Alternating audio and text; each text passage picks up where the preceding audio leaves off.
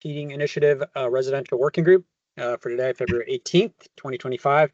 Great to have you all with us. I'm Joe Archunas with New Buildings Institute. I'll be joined by our co-residential working group leads, Paul Campbell and Owen Howlett, throughout today's session. But as usual, we start with the antitrust compliance statement. Paul, I think this compliance statement has your name all over it. So. I was really hoping you'd pick me, Joe. The Advanced Water Heating Initiative is a member-supported collaborative of professionals from across the U.S. This diverse membership includes numerous competitors, and care must be taken to scrupulously abide by federal and state antitrust laws. Members should remember that antitrust compliance is important at all times. At this and other AWHI meetings, participants should not discuss competitive pricing, profitability, allocating markets or customers, or promotion of a particular product or accessory. Thank you, Paul. Alrighty, so this is what our agenda looks like for today. We'll have our usual introduction with announcements and new folks to AWHI, and then we are going to be hearing from our favorite rock star of the heat pump water heating world, Andy Meyer from Efficiency Maine, talking about their 4 quadrants of heat pump water heater customer acquisition. Really love the way that they're laying out their strategies here. And then the second half of the show, we'll be hearing about some research going on for small form factor 120 volt heat pump water heater out of the Colorado School Mines, and that should take us close to closing. So it should be a great working group today.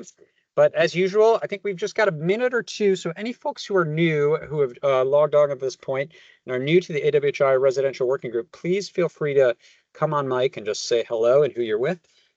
We'd like to welcome new participants. Hello, this is Lars Henriksen. I'm with Seattle City Light. Great, thanks, Lars. Welcome. Thank you. My name is Scott Cooper. I'm with Green Savers in Bend, Oregon. Oh, great, Scott. Great to put a face to a name. Excited to have you all in our installer working group later next week.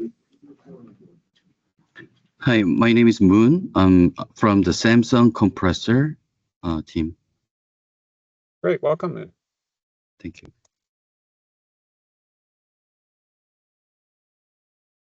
Great to have other manufacturers joining us, and we get lots of them in our calls. Any other new folks to AWHI today?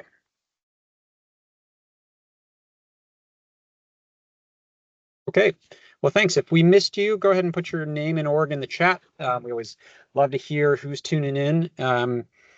And let's go through our announcements. So just wanted a couple highlights from the AWHI world. We released our heat pump water heater state of the market report in January. So that's live. That should be a live link. If you missed it, we've got the look at all the different heat pump water heaters on the market, a little product landscape of residential and commercial water heaters.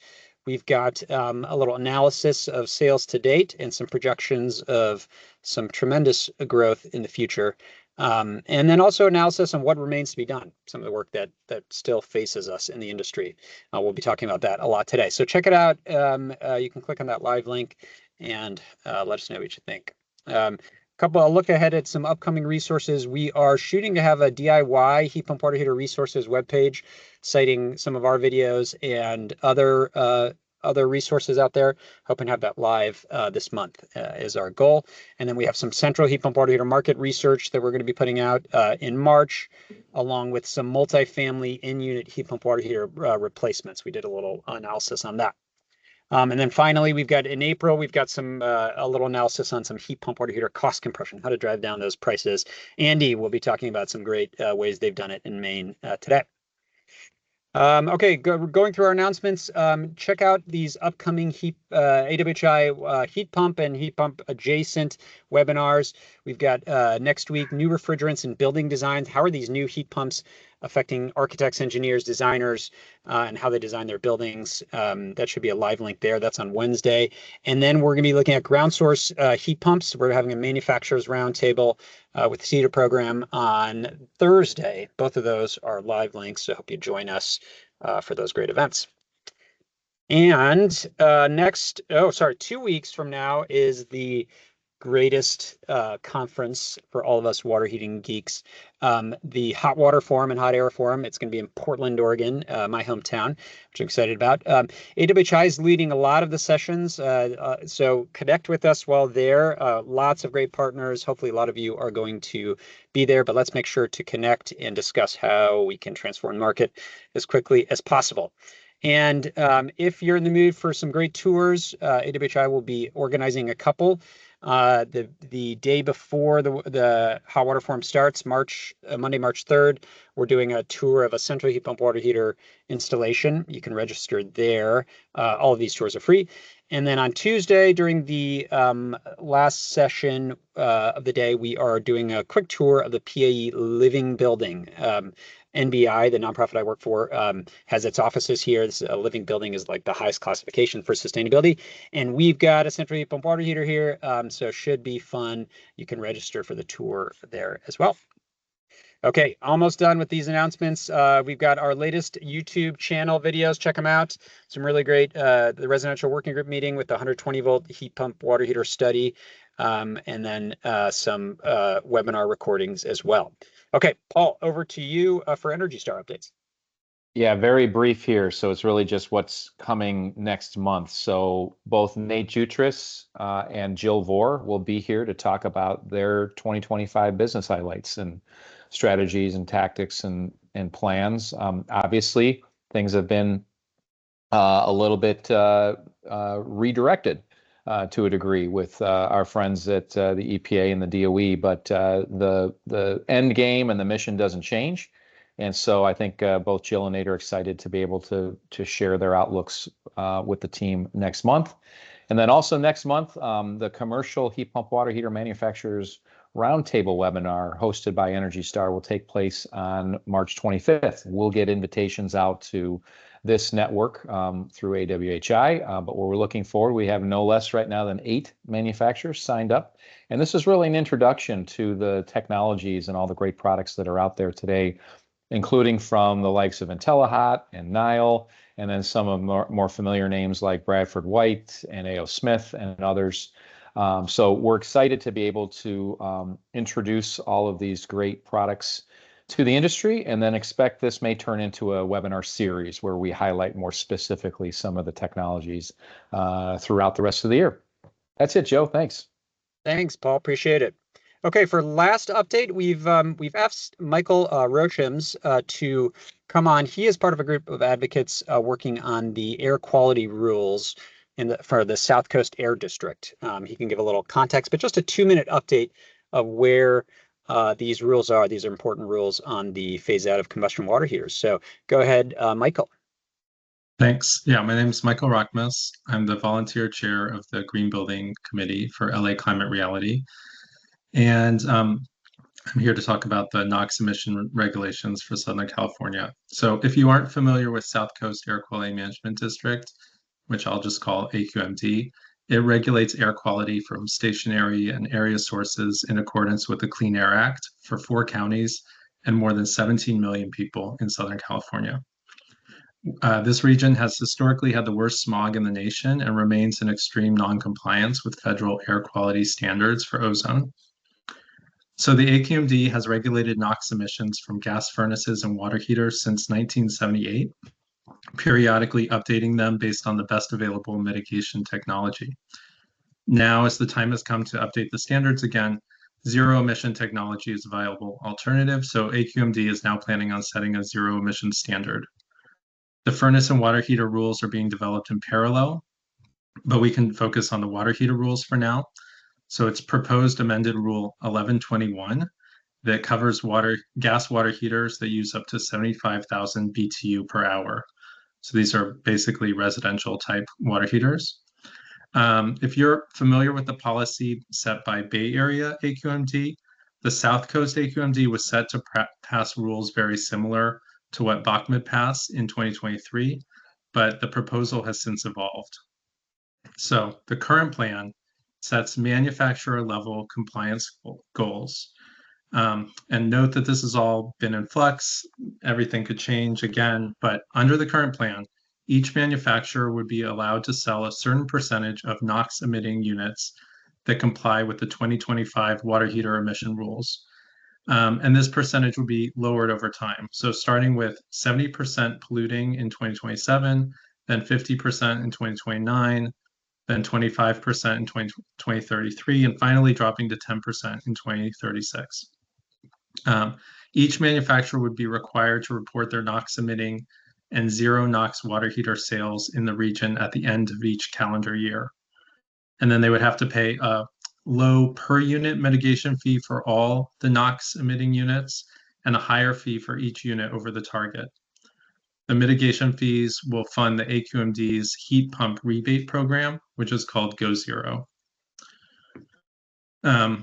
And I personally am a little concerned that the near-term targets and the mitigation fees are not ambitious enough to get the NOx emission reductions that we need, and that they're not going to send a very strong market signal, which will accelerate the manufacturing and installation learning curves. But at the same time, this is kind of maybe the best option that advocates for clean air can get at this time. So if you go to the timeline slide, the new plan was just released over the past 10 days. And there's an important board committee meeting coming up this Friday to discuss the plan. If it gets positive feedback, then this is the general timeline that we can expect, with a final vote on May 2nd. An important note for this group, I think, is that AQMD is talking to CARB, the California Air Resources Board, and so what we can expect what happens here to influence the CARB statewide policy. And lastly, we've heard, that manufacturers generally appear to be on board with this latest proposal, but it is still generating opposition from SoCalGas, Chambers of Commerce, individual landlords and homeowners who have heard about earlier versions of the policy and are opposing it. So if there are any people on this call who are interested in seeing this plan move forward, this is a great time to reach out and participate, send letters to the AQMD board. So I'm going to put my info in the chat. If anybody has questions or wants to get involved, please reach out to me. Awesome. Thanks. Thanks so much, Michael. Appreciate that quick update. Yeah, please do put your contact information. Thanks for leading this great work as these air quality agencies are really negotiating with how to reduce NOx in their districts. So yeah, really appreciate you keeping us up to date on the latest there. All right. Well, without further ado, Andy Meyer from Efficiency Maine, and I'll just say quickly, Andy is semi rock star here for us in the heat pump water heating world. Efficiency Maine, as you'll see in just a second, has led the way to heat pump water heater adoption far ahead of other regions. They are the mature market for heat pump water heater adoption in the US. And Andy has been thinking about this for many years and kind of helping educate us on how they're doing so well in Maine on heat pump water heater adoption. So he's here to talk to us about their program and these 4 quadrants of customer acquisition. So Andy, so great to have you on, and talk to us about these four quadrants. Excited to hear about it. Thanks, Joan. Thanks for having me. Just one small correction. I am just one of a team that's doing great work, and it's really the team that does virtually all the work. So I want to be clear on that. I asked Joe if he invited us because we were #1 with success. He said, turns out he's been keeping track of mistakes, and apparently we have made more mistakes than any other program in the country. So hopefully you guys can learn from our mistakes. If we go to the next slide, I want to just quickly go over who is Efficiency Maine. Was there a slide before that by any chance? Okay. I don't think so. Okay. Well, just to tell you who Efficiency Maine is, we're a quasi-state agency in Maine. We run all the efficiency programs, all fuels, all sectors, residential, commercial, industrial, electric vehicles, all fuels. And like most of you, I think we do that by offering 4 things: rebates, financing, technical information, and a database of installers. That's really been the big draw for our success. And we have had more success with heat pump water heaters each year to the point now where we have rebated 70,000 heat pump water heaters in a state that only has 180,000 water heaters of any type. So we've got a lot of market penetration. We about more than 1 out of every 20 heat pump water heaters in the country comes to Maine every year, and we don't have 1 out of 20 population. We've got a population of 1.4 million. So our sales per capita is about 13 times the national average. So we've made a lot of mistakes. We're pretty open about that. We tried to learn from them, and we want to share them very openly with you so that you can learn from our mistakes.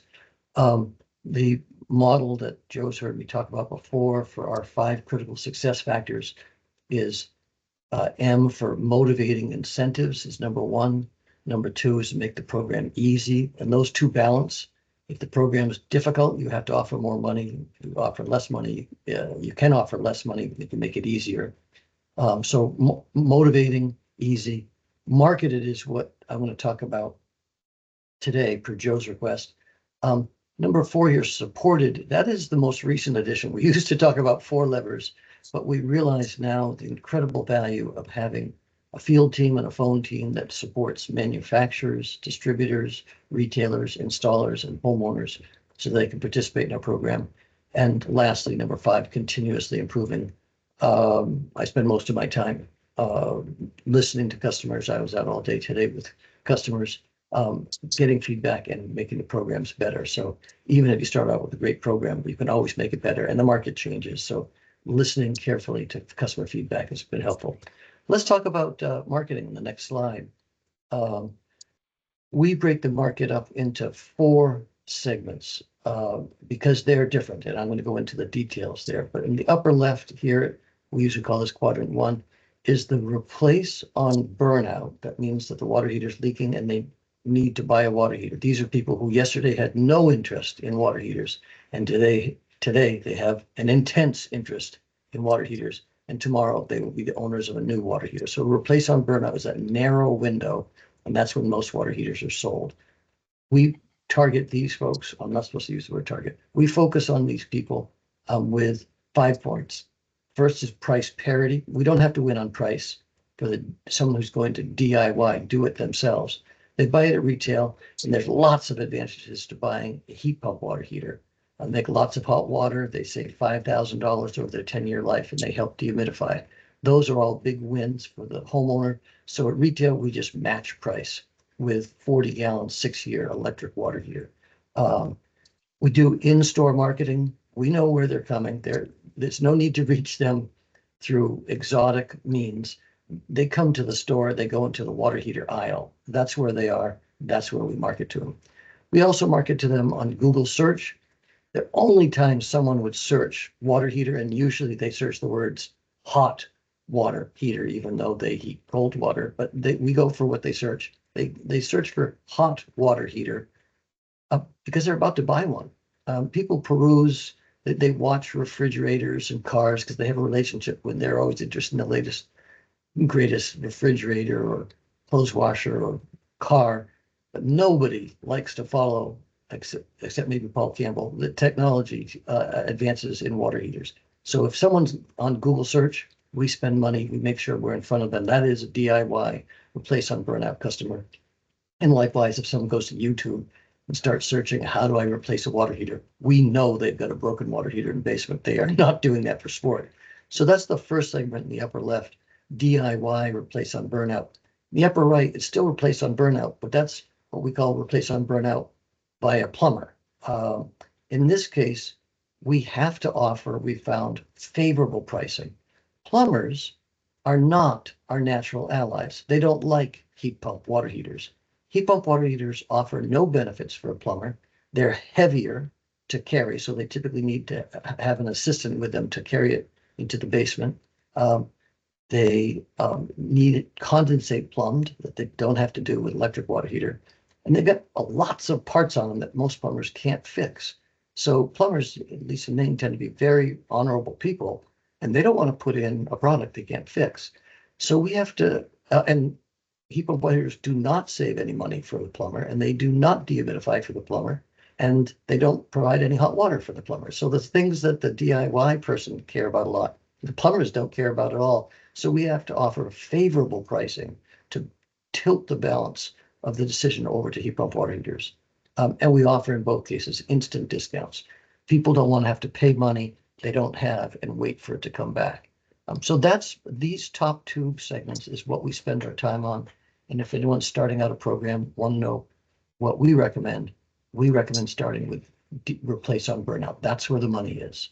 And we've had a lot of success with these. I'm going to go into some of the positioning for each of these segments, but that's where the money is. We've recently started the bottom left segment, early retirement for electric water heater, DIY. So someone who has a working electric water heater, we've been experimenting. Can you get them up off the couch and get them to buy a heat pump water heater to replace a working water heater? And I will tell you, it's not easy. We've had a lot of success. We're having this month, we're having a promotion right now, and it's fantastically successful. We rebated 170 units last week. And the trick is we offer a limited time offer pricing.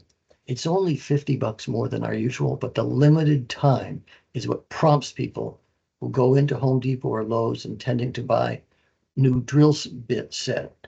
And we can inspire them to buy a $1,400 heat pump water heater if we give them enough discount with a limited time offer. Second point here for DIY early retirement is we're marketing to people who are not looking for a water heater. So we advertise everywhere except the water heater aisle. We advertise on radio, digital, marketing, display ads. Display ads means not search, by the way. So, you search European vacation, you get an ad for a water heater. That's a Google display ad. If you're Googling water heater, I know you're DIY. Well, I know you're replaced on burnout. This is for people who are not looking for water heaters. And we do mail and email.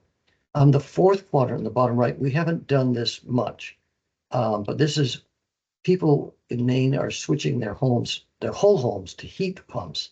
And when they do that, they're replacing a boiler that's typically heating the house and the water. And we have an orphaned or stranded boiler that's now designed to heat the house and the water, and it's only heating the water. We haven't aggressively pursued that. That's our future. We're doing a little piloting right now, but that's not our focus. Our focus is replace on burnout, and a few times a year we focus on early retirement. Joe, if we can go to the next slide, I'll talk about that quadrant one, the upper left, the replace on burnout DIY. This is an exercise that's very, very powerful. You can hire an ad agency. One of the best that we know in the country is called Energy Circle. If you're looking to hire someone to help you do this, Energy Circle be the one I'd recommend. They're national. They happen to be located in Maine, which is how I know them. But they can step you through this. So replace on burnout DIY. We first talk about what are the motivations of a quadrant? What are the pain points they face? What are the obstacles? So in this case, it's no hot water. It's pretty clear what it is. And what they want to know right now is, where do I buy a water heater, or how do I install one? Their pain point is unexpected expense. No one is happy when they're replacing on burnout a water heater. It's an intense, unpleasant situation. It's not perky, and they don't want extra time. They just want to get it done, and they're not ready to pay for it. And oftentimes it's a panic. So number two here is, what's the demographics and psychographics and behaviors? What we're talking about here is homeowners. They understand some home systems. The DIY guys tend to be fearless. These are the guys who are willing to try things that they maybe never done before. And they probably understand technology generally. Again, this is the DIY guys. The water heater broke. So I can figure out how to fix that. The messages we give to them is, it's the lowest price water heater. It's easy to install. You notice we won't say easy to install when we get to the next segment, because the next segment, they're not doing the install. They're hiring a plumber. And we talk about lots of hot water. We learn through focus groups and hundreds of conversations with customers. If you don't say lots of hot water right in the beginning, they're not going to listen. And we don't talk about new technology. When we say new technology, they hear risk of cold shower. They do not want new technology. They want proven. They want lots of hot water.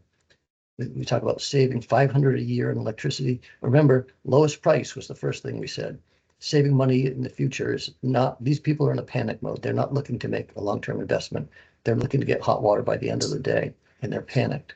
And the last thing we say is dehumidifies. In Maine, most of us have basements, and most of them are wet. So free dehumidification is a very popular point in Maine. I don't know about the rest of the country. So that's who we target, why we target them. What's the, oops, I'm saying target a lot. That's how we focus our messaging.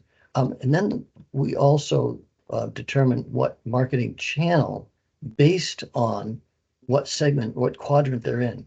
For the replace on burnout DIY, we go where they are. Google search ads, in-store displays, YouTube pre-roll ads. So if you Google, how do I replace a water heater? We'll be in, it's called a pre-roll right before that segment airs. You get an ad from Efficiency Maine if you're in Maine.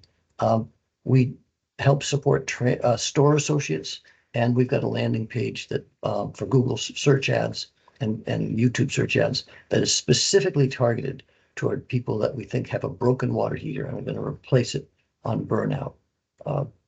Let's go to the next slide and I'll show you what some of these things look like. And we do a lot of Google testing, thousands of tests. And Google tells us what works, and this is what works. If someone searches water heater, or I told you hot water heater, they'll get an ad. DIY water heater installation. Remember, that's we figure it's a DIY. Install efficient water heater, install a hybrid water heater. $950 instant discount at register participating in participating locations. Learn more. There's that $950. We lead with price. And then in the store, we focus in the water heater aisle. This because we know that's where they're going. So we have this sign in the middle. It's called an intruder. It comes into the aisle. It says in small print, was $13.99. It says now pay only $4.49. People, you're going to see different ads for early retirement when the water heater's not broken. These guys are going to buy one right now, and they just want the cheapest one in the store. So we did get feedback from one customer who saw we had an ad that said $1,000 off in the aisle. He thought it was a $1,000 price, and he said, well, I'm going to save money and buy an electric water heater instead. We lost the sale. So we talk about $4.49 in the aisle, and you'll notice there's a QR code. The way they get that instant discount is they scan that QR code, takes them to a confidential part of our website, and they enter their name and address and phone number, an email address, and within seconds, we send them an email with a personal one-time use instant discount barcode. They take the water heater and that email on their phone to the cash register, and they will pay $4.49 plus tax. So there's no out-of-pocket. That was a big breakthrough. And Clear Result is the name of the company that built that platform for us. And then in the water heater aisle also, we have that $449, we call it a floor display. It's right there because it's all about price. We follow with some benefits down below, but we lead with price. So that's what we do for the replace on burnout DIY folks. We're in the water heater aisle. Let's go to the next slide. I'm going to try and point out some differences here. These guys are replace on burnout, so they get a broken water heater by plumber. They're in a panic to call someone. So they have no hot water. They want to find a plumber. Same unexpected expense, same panic. They are not confident about DIY, and they don't care about the details. They want it done by dinner. Messages, lowest price. Remember, these people are in a panic. This is an unexpected expense. They want it up and running soon. We may be having guests soon. They do not want to start the day the next day with cold shower. They want lots of hot water, no risks. And saving $500 a year is secondary, but they wouldn't mind that. The channels we use to focus on these people are website search ads and a landing page. It's not the standard Efficiency Maine landing page. It's a web page specifically targeting, oops, I'm going to just keep saying targeting, this quadrant. We look at the next slide, we'll give you an example. This says, Heat pump water heaters cost as little as $449. Discounts in Maine. That's the message. That's the lead message. You can see the more detail down below, but that's it. And when they click on it, they come to our heat pump water heater webpage. It tells people about water heaters, incentives, how to estimate savings, find an installer. Super powerful for this segment. They want to know who to call, what to do, can do it, and how will they pay for it. We've even got best prices in Maine. We update every 2 weeks. And we got user tips and guide to water heating for people who are really into it. But that's what we do.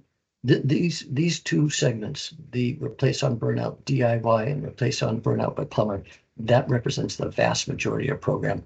And that's the lowest hanging fruit. We go on to the next slide. Quadrants 3 and 4 is early retirement. Remember, they have a working water heater. It's very, very hard, but we're having some success inspiring to buy people to buy something as boring as a water heater. These are people who are motivated by a limited time offer. They don't want to miss $1,000 discount. They are looking to save money. That's very important to them. This is not a broken water heater, but if they can make an investment now, they may be able to save money in the future and avoid a failure. We talk about FUD, fear, uncertainty, and doubt. That's can be a powerful motivator. These are people whose water heaters has been around for a long time. They're worried it's going to fail. So we say, if it's your water heater has exceeded its warranty, don't wait for it to fail and make a big mess. Replace it now while you can and start saving money sooner.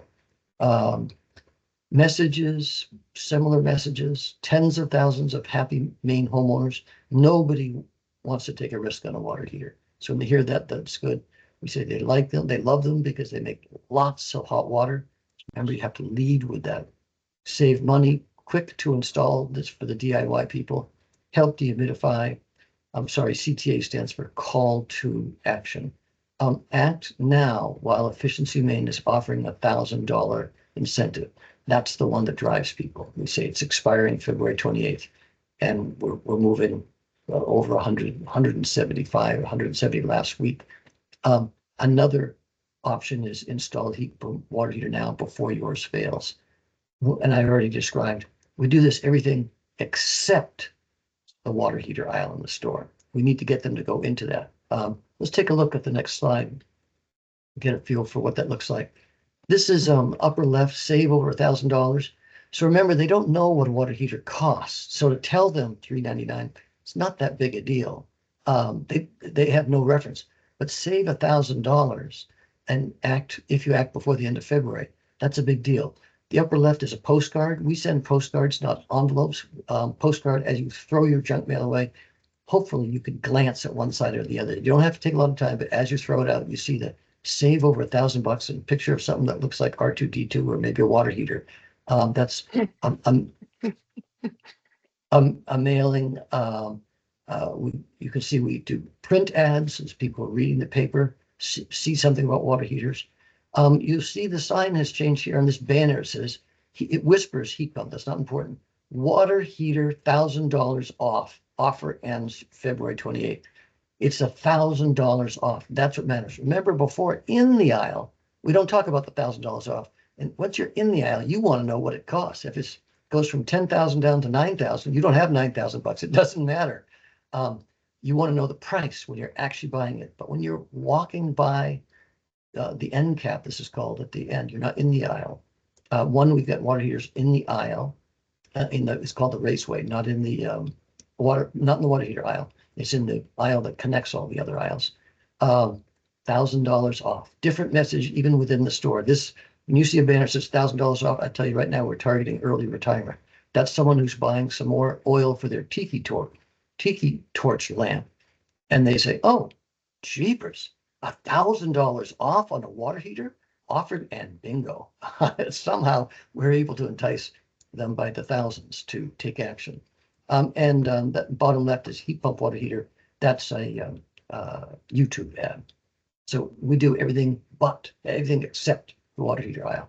And I'm not going to differentiate those two quadrants just for the sake of time. That's how we target those 4 quadrants. One other concept I wanted to leave you with in the last minute is that these waves reinforce one another. We talk about ADA: awareness, interest, desire, action. You hear the first radio ad goes in one ear and out the other. Then you get a mailing and you say, huh, that's funny. I heard about water heaters recently. I'm not sure where I heard it. And then they get an email and they say, yeah, I've been hearing a lot about water heaters. Yeah, that's because we touched you twice already. And then they get a letter in the mail and say, funny, I've been thinking about water heaters. And then they read something and say, you know, I should do that sometime. Desire. This is all layer upon layer. And then finally they're in the store. It says $1,000 offer ends. Hit the QR code right now and you can put it on your credit card, and they take action. So I want to let you know it's not just one thing. It's the culmination of all these activities together result in action. If you pull away any one step, your number of people taking action goes down. And I think that brings me to the end of my time. Thanks, Andy. That was just awesome as expected. Some really great stuff. I love that line about the you look it over and you're like, huh, this looks like 2D2. I think a couple of us were laughing out loud at that one. Paul, I welcome you to come on camera as well. I think we'll take another 5 minutes for questions for Andy. So put them in the chat or raise your hand if you want to come on. Paul, do you want to start us out with the question? Yeah, and Andy, again, thanks so much. I know you teased us with these quadrants in your last presentation, so really appreciate you going into further detail in how this drives it. And coming from the retail world myself, I know all about the sense of urgency and get it now while it lasts, and that does work for sure. So commend you on that. There was a question in the chat about your engagement with the plumbers, right? You mentioned how this is really not advantageous for the plumbers, generally speaking, right? They're heavier. There's fear of unknown and callbacks. So, what have you done specifically with the plumbers to get them more on board with this? We're friends. Maine's a small state. I travel with plumbers. I know a lot of plumbers. I know that we're not allies. We're friends, but not allies. What we do is go around them, quite frankly. Downstream, we get customers to ask for a heat pump water heater, and plumbers tell them, oh, you don't want a heat pump water heater. They don't work in Maine. And we prep customers. You're going to hear that. And tell them you want a heat pump water heater or you'll find another plumber. We also sort plumbers. So we have 10 plumbers in a certain town on our locator. The one who's done the most heat pump water heaters, that's the name that comes to the top. So those who are our allies get leads. We get about 44,000 leads a year for our programs. So we do that. And then upstream, we focus on distributors and supporting them. And we train them. I don't mean to be patronizing, but we encourage them to ask when someone says, hey, I want a 40-gallon, 6-year electric water heater. I got to replace it. Bring it around to the loading dock and put it on my tab. We encourage them to say, be happy to sell you a 6-year, 40-gallon electric water heater. But I wouldn't be doing my job if I didn't tell you I could sell you a 10-year warranty. Plumbers like that because it means they get free parts for another 4 years. Makes them look better. 50-gallon, plumbers like that because they're not going to have a cold shower complaint call for less money. Nice. Now, not all plumbers move, but when they hear 50-gallon, 10-year, less money, and they had the customer asking for heat pump water heater, they're more apt to move. And what's happening now is they've all put in heat pump water heaters. Most of them have heat pump water heaters at home. So we've overcome that fear of the unknown. Does that answer the question, Paul? Yes, it does. Thank you very much for that. Jim's got his hand up.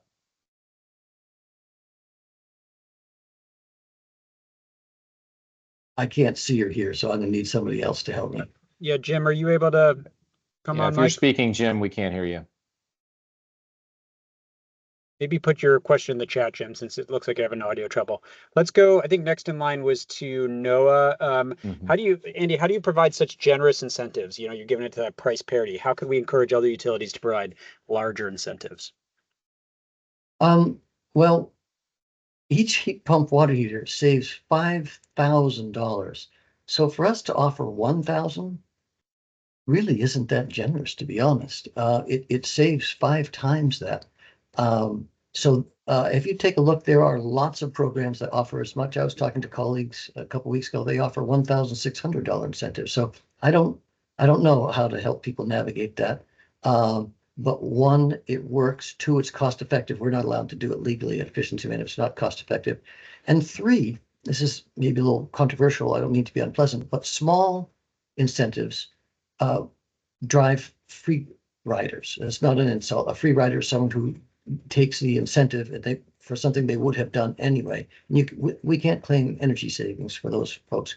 So if you offer $100 incentive on a $1,700 water heater that's competing with a $400 water heater, people who collect that 100, really good chance they're going to do that anyway. 100 is just not meaningful. So rebates or incentives is one area where you get what you pay for. And if you put very small incentives, you actually become less cost effective. You'd think it's really super cost effective. You put in $1 and you get them to buy a $1,700 water heater. That feels pretty good. It's actually guaranteed free rider. Someone who spends $1,700 because got a $1 incentive, I guarantee you they would have done that without the. You just wasted $1. So it's actually wasteful to have small incentives. We don't go higher on our incentives because unnatural things start to happen when you make the price of water heaters too low. They start to get uninstalled, brought home, put in the garage, but never actually installed. So we do want customers paying something, but not nothing and not close to nothing. Hopefully that helps. Okay. Sorry. Yeah, that's great. And I think we're getting close on time. We've got some great questions. Can we do rapid fire, Paul? You and I take turns. Let's try to get through 3 of these questions in the next minute or 2, Andy, if that's okay. We can keep it quick. Paul, do you want to take the next? Yeah. So Jill from Energy Star, she asked about, your focus on the DIY. So what % of your residential customers are DIY versus the plumber? And do you think that is comparative to other parts of the country? Or are you guys unique? Truth is, I don't actually know. Francois Lebrasseur has always told us that 1/3 of water heaters are DIY and 2/3 are plumber. That's probably accurate for Maine. About half of them go through retail, half go through distributor. We assume all distributor sales are professional installs because distributors won't sell to homeowners. And we know that plumbers are buying some through retail. So somewhere less than 50% are DIY. That's my best answer, Jill. Okay. Great. Hey, Lois, we do, I know Efficiency Maine has a great low-income program, and I will go we did a good webinar with them. I'll go get that and put it in the chat because I think I got it on our YouTube page. Joe, So just so you know, we've ended our free water heater program for low-income people. Okay. Thanks for that. Yeah. Okay. So that is no longer in place. Okay. Looks like Jim is back in the game here. He's got his hand up again. Jim, can you join us? Jim, we're still having trouble. So yeah.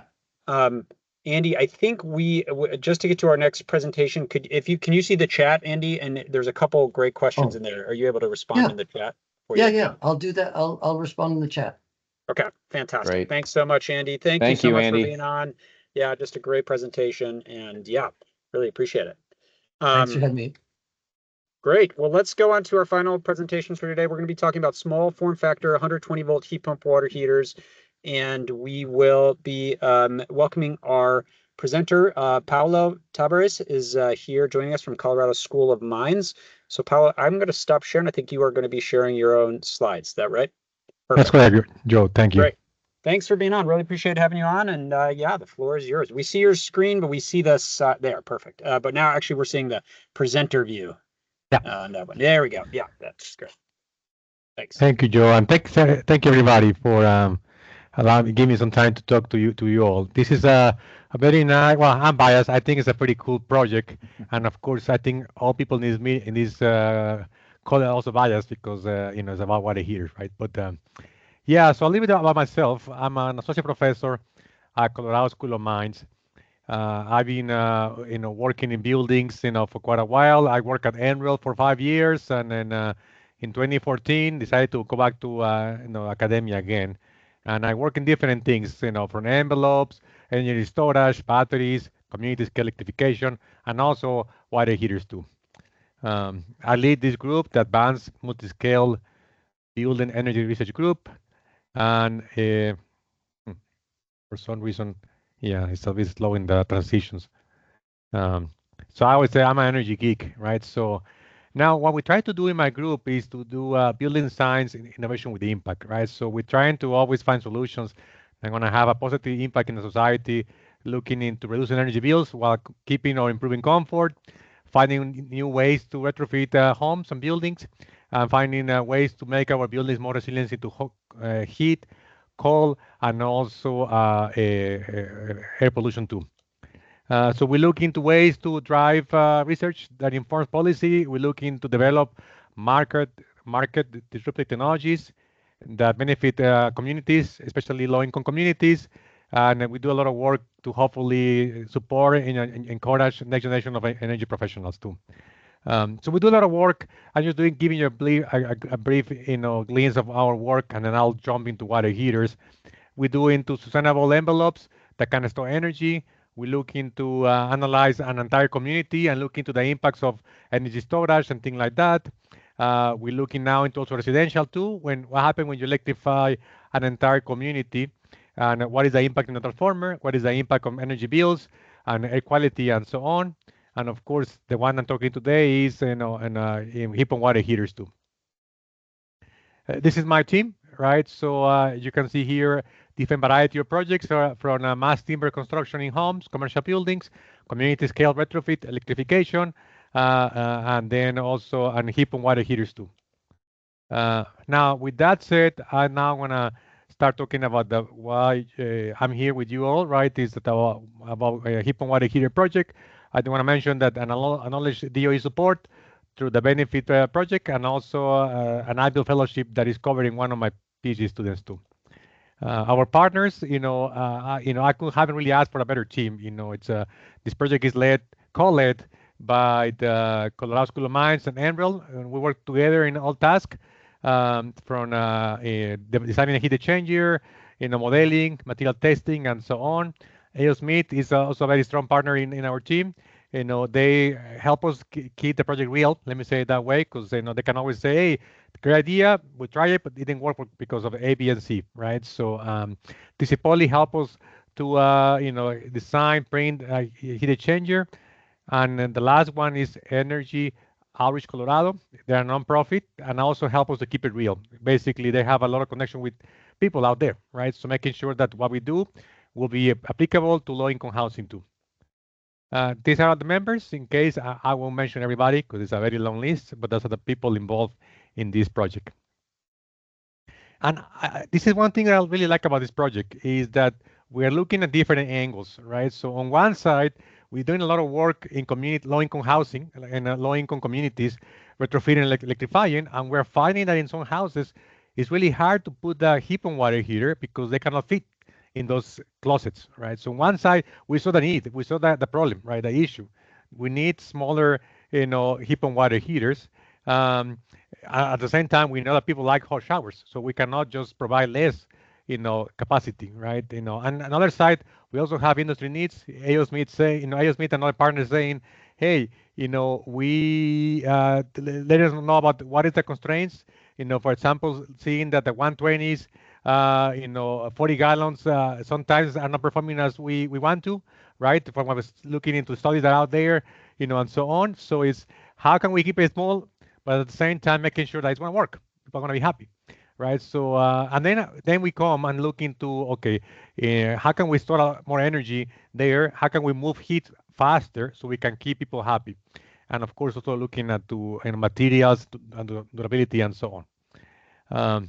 This is the issue, right? So when you try to electrify water heating, right?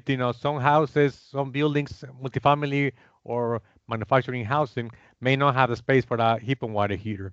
So the stat we have is about 60% of multifamily and also manufacturing housing have water heaters below 50 gallons. And the latest 120, right? They're cost effective. They may avoid electrical upgrade, but sometimes for large families may not be the best solution because then I cannot keep performing for those larger water draws. So with that concern and idea and inspiration, we came with this idea of developing a 120 40-gallon size heat pump water heater that can fit in space constrained housing. And we first said that it will provide the same performance. So in other words, we'll make a 40-gallon have less water, so it can fit in a small space, but it should have the same performance as a 40-gallon. And then said, you have to keep customer satisfaction. It has to fit small closets, right? And also had to have some flexibility demands, so we can help the grid also be more flexible. That was our original plan, and this was our first kind of idea of how will it look like. This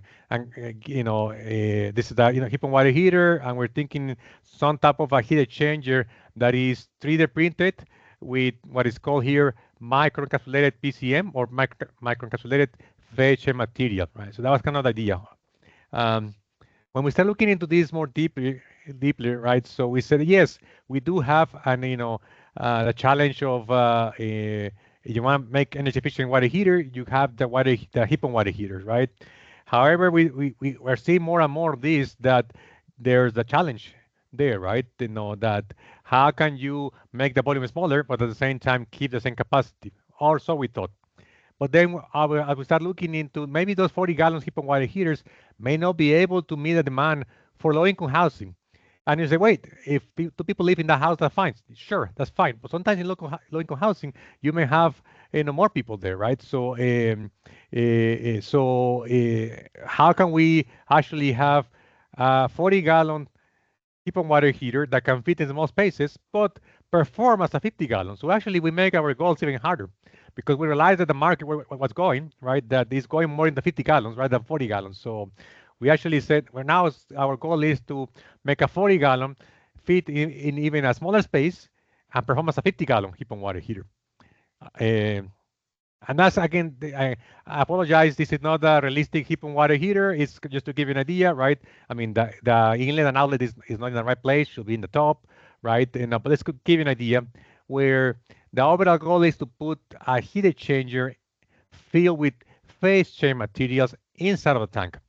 And the nice thing about that is that on one side, you make the center of gravity lower, because now the wave's going to be here rather than the compressor. Second thing is from the outside, it looks the same as a regular heat and water heater, so people will not see any difference. Two, it has some challenges, which I'm going to talk about that pretty soon. Some tasks of the project are to first find the phase change material, which I'll define in 1 second, that can work in this application. Then design and fabricate heat exchangers that can fit, work, last in a long time inside of a heat and water heater. Then we're gonna do a lot of testing at small scale, but also at full scale prototypes. Design smart controls so we can actually fully leverage that performance, and then do some large scale testing and grid impact with these heat and water heaters. Now let me go a little bit more in detail, right? Because this is it's a lot of work said in only 5 words, right? Is first of all, we need to figure out how much phase change material we need to put there, how much energy we need to store in the materials. Then we have to look into a heat exchanger that can fit, of course, in the desired volume, and being able to quickly add or remove heat out of the phase change materials. We need to characterize that heat transfer response. We need to develop models so we can get an idea of what will be the savings and feedback to our design process.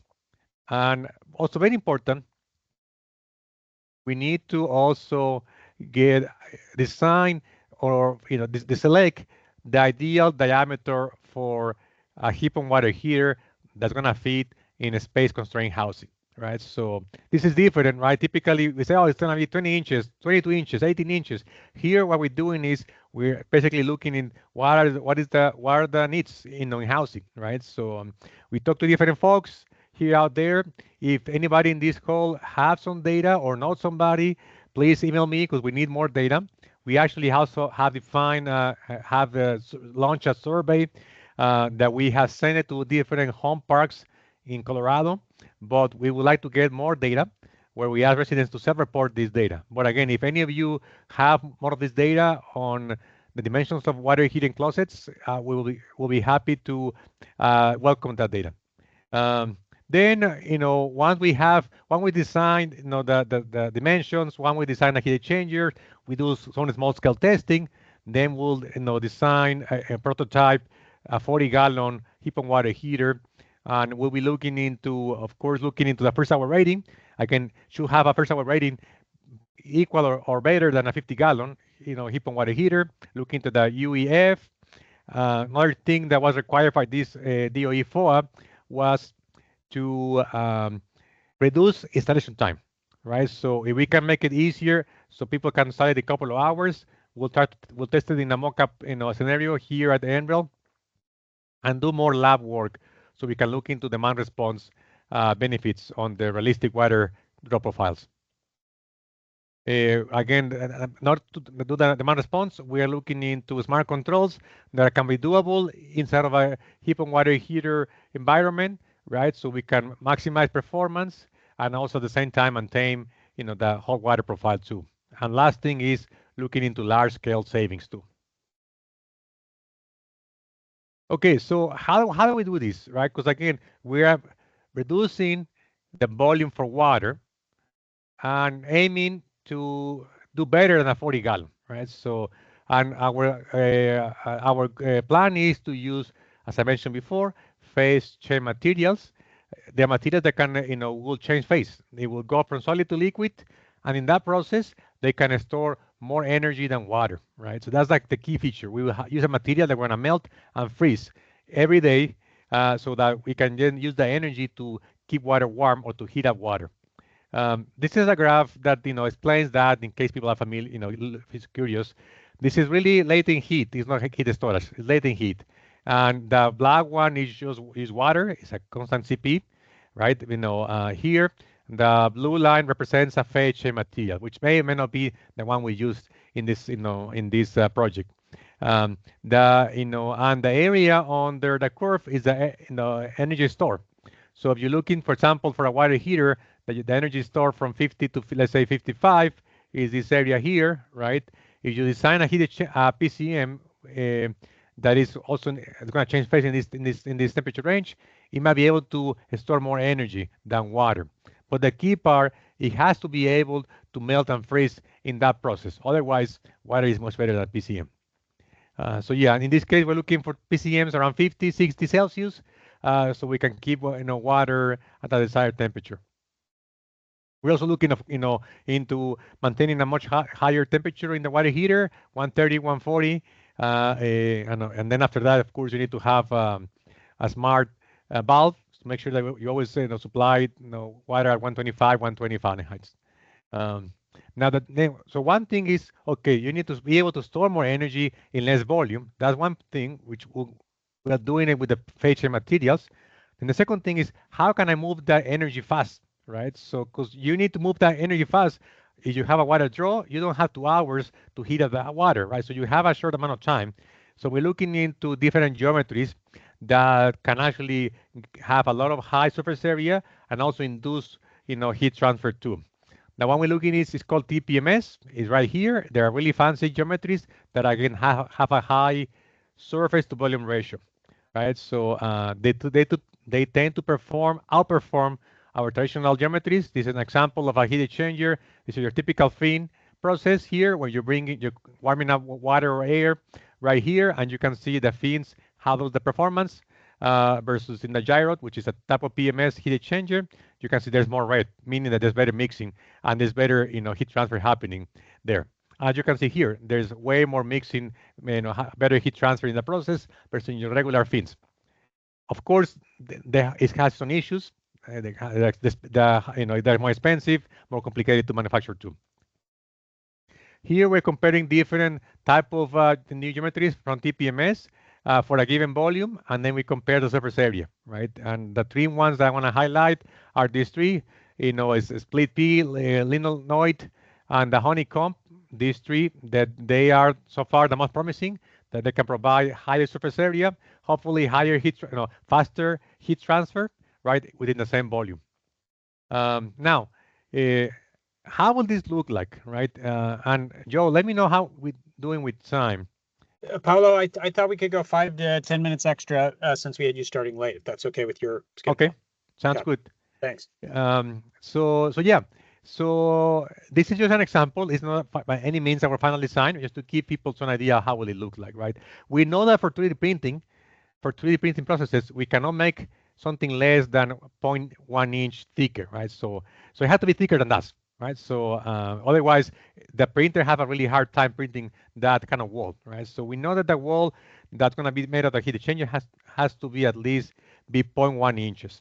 Then we said, okay, how about if we say that of all the volume that water occupies, we're going to use 75% of that for this PCM heat exchanger, right? That then allows us to look into the percent of PCMs we can have inside the heat exchanger. It gave us a lot of flexibility there.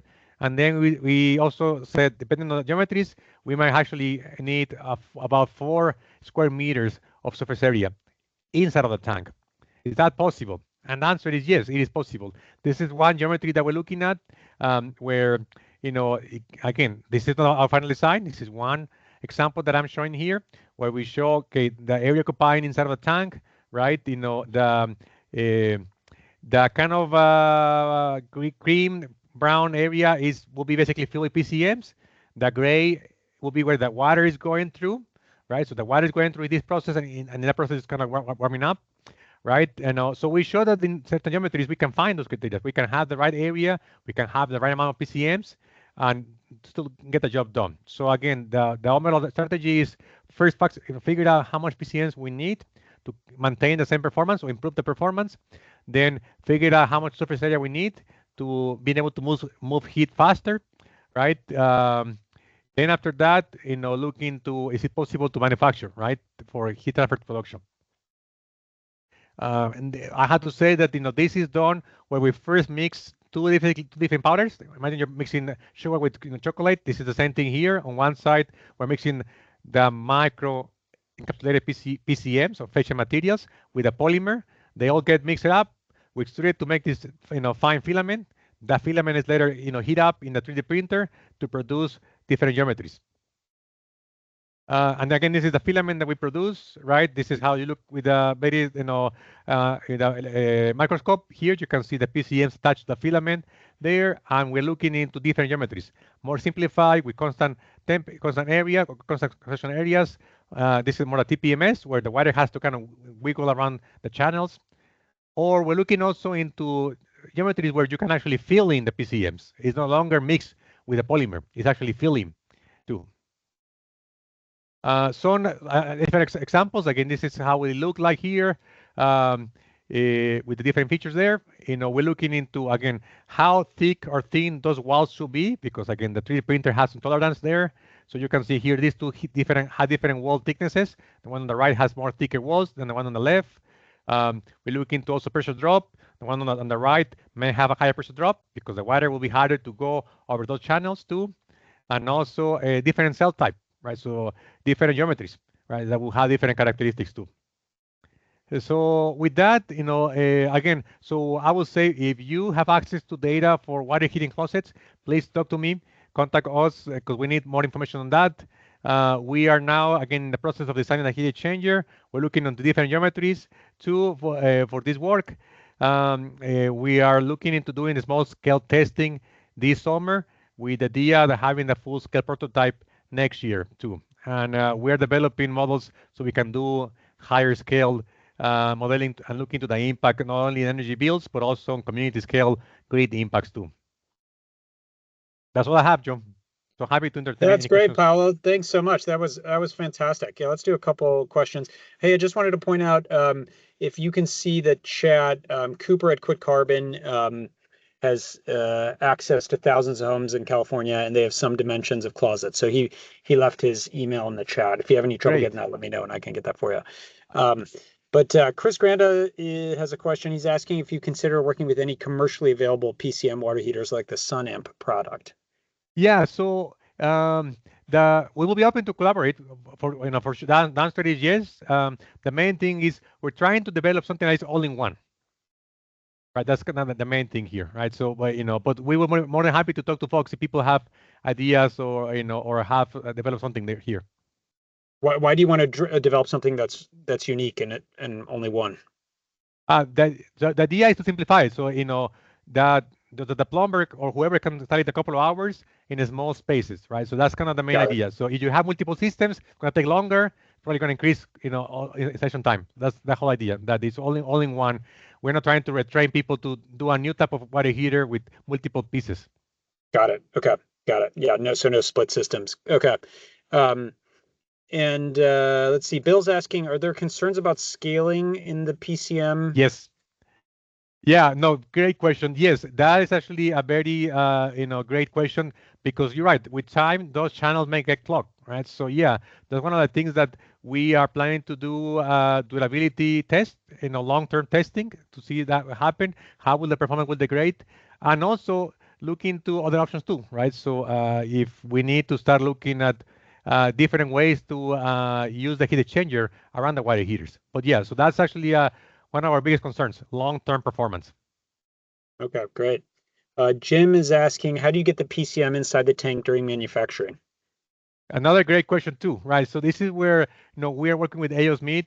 The idea is that yes, before they put the cap on the top, we will insert the water heater before that happens. So the water heater is coming like sheets. They roll it to make the cylindrical shape, and before they put the top cap and they weld it, right, they will put those water heaters there. It's a complicated process because you're thinking you have your piping inside, you have your supplementary rods, you have the excavation rod to there. So these are 3D printed pre-manufactured heat exchanger should be account for those things, right? So it should be account have all those holes, so it is easy to install right there.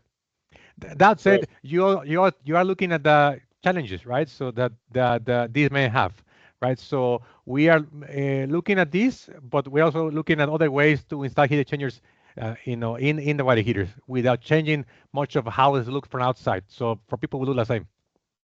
Got it. Okay. Bill is just following up and saying that A.O. Smith has some technology to reduce scaling on their gas tankless water heaters. Hey, so maybe a question for me. So you plan on doing lab testing? Do you plan on doing field testing as well as part of this project, or just test in the lab? Not for this project. We will do lab testing at Enreal, which they can simulate, the realistic profiles. So we will develop at least, I think we're developing 3 40-gallon heat pump water heaters.